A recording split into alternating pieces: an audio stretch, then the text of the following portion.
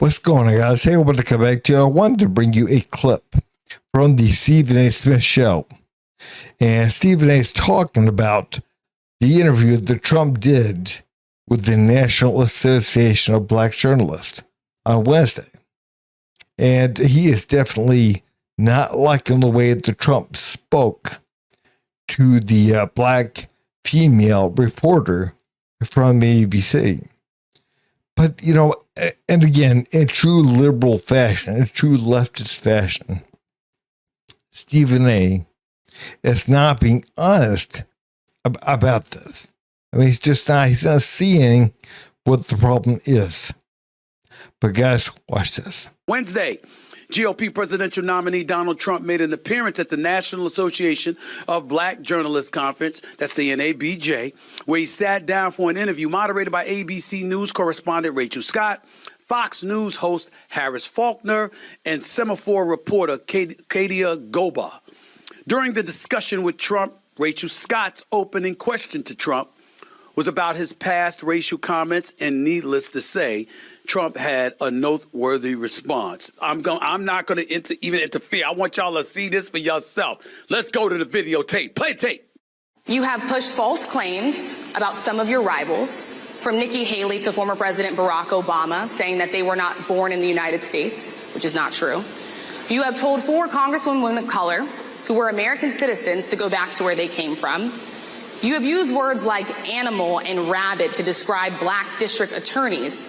You've attacked black journalists, calling them a loser, saying the questions that they ask are, quote, stupid and racist. You've had dinner with a white supremacist at your Mar-a-Lago resort.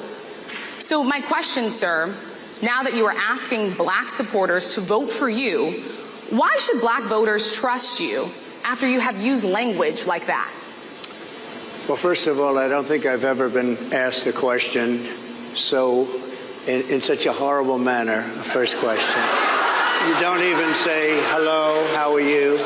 I love the black population of this country. I've done so much for the black population of this country, including employment, including opportunity zones with Senator Tim Scott of South Carolina, which is one of the greatest programs ever for black workers and black entrepreneurs.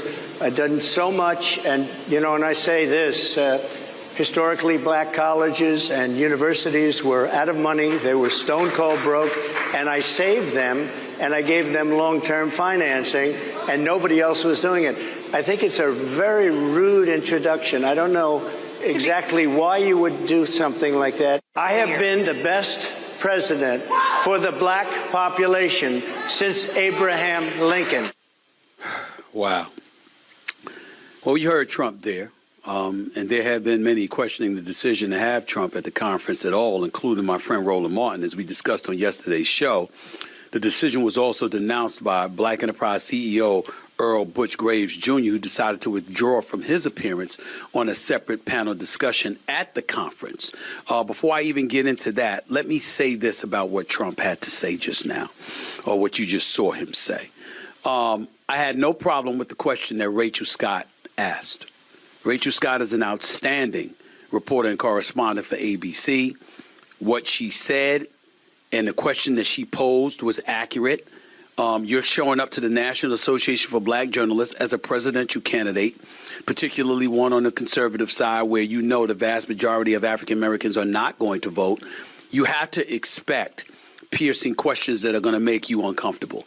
And instead of Trump responding the way I believe he should have, which I'll get into in a second, he showed his petulance, his belligerence, his immaturity, and his lack of leadership, as far as I'm concerned, in terms of being presidential and understanding the decorum that should come with the position. You know what, Stephen A. Man, you don't like that he gave back to her what she was giving to him. That's what you don't like. I mean, again, it's not even the question she asked. It's also the groundwork that she laid. You know, again, by saying that you're basically a racist. You had a white supremacist over for dinner. You're basically a racist. And then going into whatever questions. Again, it's not even the questions, it's the groundwork. Again, what she referred to him as what she implied, and then asking the questions that she asked. You're upset because a white man dared to take up for himself to a black woman. Again, you got to treat her like a queen. No, you don't. She ain't no queen. She's a bitch. And the fact of the matter is, nowadays, if you're white, again, you can't say a thing. You cannot dispute or correct or anything a black person. Doesn't matter how wrong they are. Doesn't matter what they're saying. You can't correct them. You can't say anything about that, about what they're saying. Because again, you're racist if you do. You're marginalizing them, but pushing them down. No, that's not what you're doing. You know, again, right now, the most entitled people in this country are black people, especially black women. I mean, again, they're female and they're black. So again, people, they're tripping over themselves to give them whatever, you know, to give them jobs in whatever field. Doesn't matter how much their qualifications are. They're tripping over themselves to do whatever for them. And again, they know it. And they can say to you whatever they want. But if you turn around and you say the same thing back to them, oh my God. Yeah. I think all of us know. But again, you have to call a black woman a queen. You got to treat her in that manner with respect. You know, a white man, he's a cracker, he's a honky, whatever. You can say whatever you want about him because, again, he's white and he's male. I mean, even a white woman, you know, you call her Karen. And a lot of white women, especially liberal white women, will do anything for you. But again, you call her Karen, but she better refer to you as a queen. She better give you respect. You don't deserve it. You don't deserve it one single bit. And what you're upset with Donald Trump about is Donald Trump told her how the cow ate the cabbage. And you're upset. He treated her like a man would treat his daughter. And you're upset. You're like, you can't talk to her that way. He just did. And again, he was giving her what she gave to him. And that's what we need in this country. Don't pander to people. Don't trip over yourself to help somebody out. No. Give them back what they give to you. And again, if you do so, if more people did that, this stuff would stop. Because again, she's not oppressed. She's entitled. Now, major props to Donald Trump because he's the first Republican candidate, if I can recall, to show up at the NABJ. Yes, they've interviewed candidates before, but it was usually via satellite. It wasn't them showing up in person. He showed up in person, albeit at 12 o'clock Central Standard Time on a Wednesday, which is the first day, which is when most people wouldn't be there. Fine, fair enough, though. He showed up. He showed up. But I think that he dropped the ball and he missed an opportunity. And why did he miss an opportunity? Because instead of showing his knowledge as the former president, what he was privy to, and the information that could have debunked or knocked down some of the accusations that were being thrown against him, in his estimation, he went to the same old, his petulant route. I mean, it's very rude, very nasty. Now, we can't sit up there and point to racism. Why can't we point to racism? You know why? Because Rachel Scott asked the question when Caitlin Collins for CNN was asking him question when she interviewed him one-on-one in front of a town hall. He called her questions nasty and rude. He's turned against anybody. If you ain't pro-Trump, you anti-Trump. And he acts the same petulant, belligerent, disrespectful, rude, immature way towards everyone. He's equal opportunity. So when you bring up race, all white folks are going to do, or anybody who supports him is going to do, is show the litany of other people he said the same thing about who don't happen to be black. That ain't the argument to make against him. It really, really isn't. But having said all of that, he still handled it wrong. He still missed an opportunity. And just a couple of weeks after a failed assassination attempt against him, where he had the ultimate visual with the American flag behind him while Secret Service agents surrounded him, while he raised his fist and talked about fight, fight, fight, while blood was trickling down his ear and the right side of his face. He had it all. And all he had to do was chill and try to be presidential and let other people spew their rhetoric. But he didn't do it. He didn't do it at all. And as a result, now we're back to talking about that Trump that we wanted out of office because he was too divisive. And we can't, and this is where I'm disgusted. I'm personally disgusted by Trump because I wanted him to take advantage of the moment to force us all to look at his policies and how he governed and juxtapose that to how Kamala Harris would govern based on some of the policies she may have supported so we can decide what is best for America. The actual real opportunity was that he took up for himself. And again, that's why so many people are behind him. Because again, people have forgotten in this country what a strong man looks like.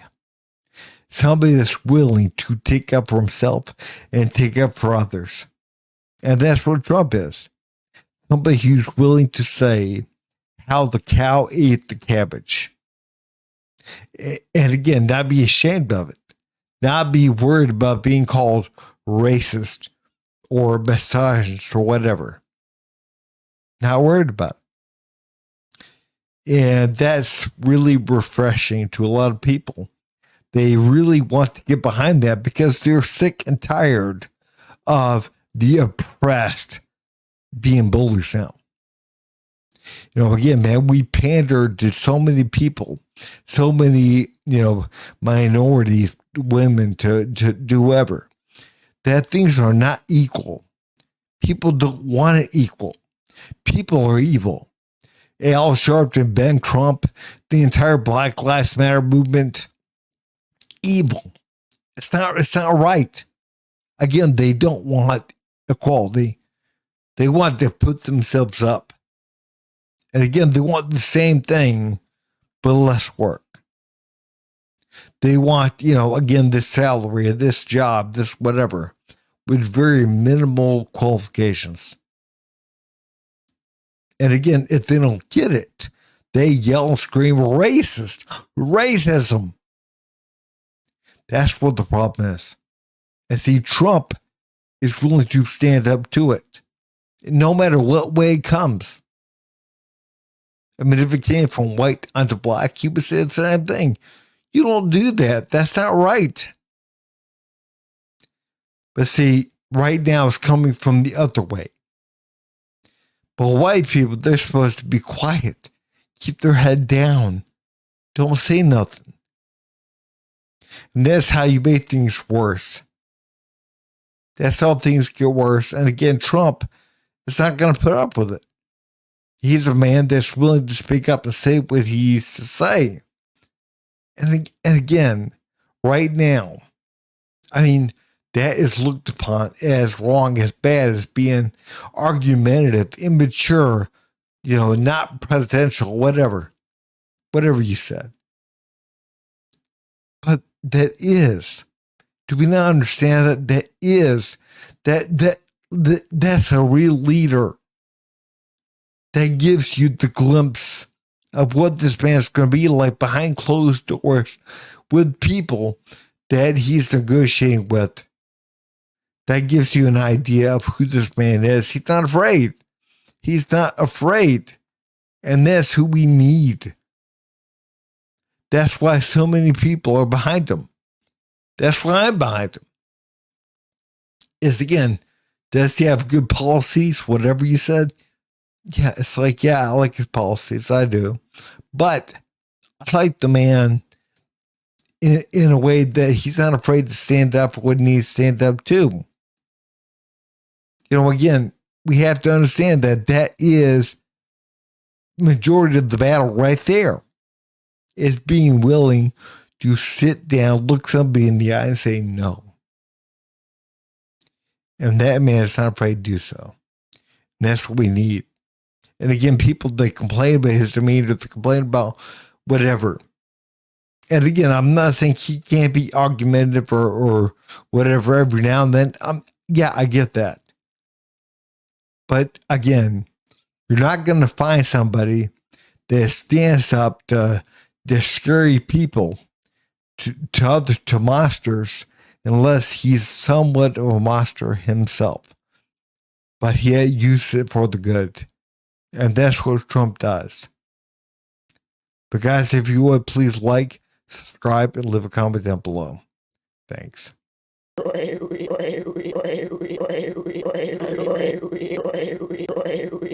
You son of a